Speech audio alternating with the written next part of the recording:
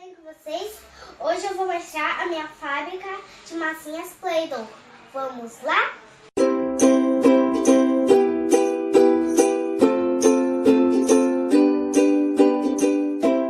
começar pelas massinhas. Essas são as cores da massinha.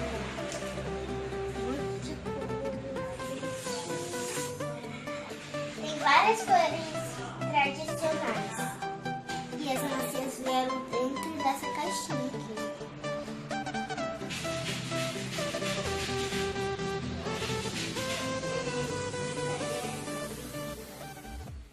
Eu vou mostrar os acessórios que vieram dentro dessa caixinha.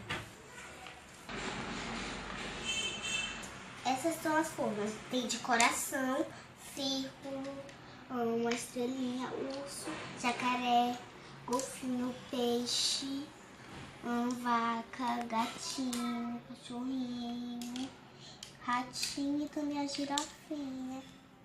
Além dessas forminhas aqui, vieram essas daqui também, que é uma banana no rosa, uma pera no azul e um morango no amarelo. Veio com essa faquinha bonitinha e esse rolinho.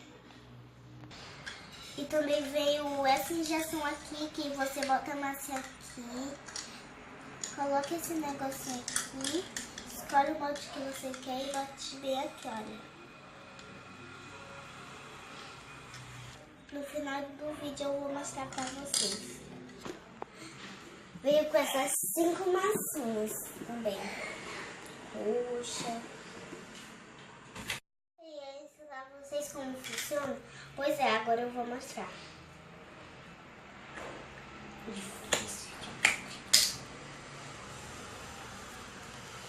Massa.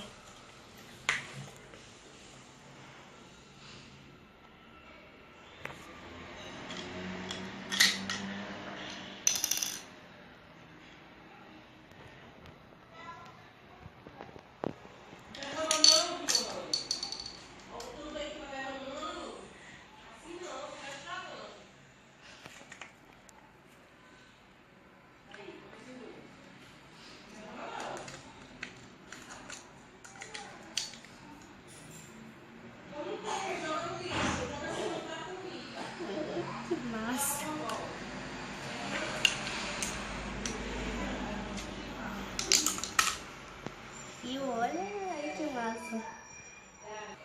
Que pode fugir se fosse uma batata frita, quer? Pessoal, esse foi o vídeo. Espero que vocês tenham gostado. Se não gostei, se inscreva no canal. E tchau, tchau.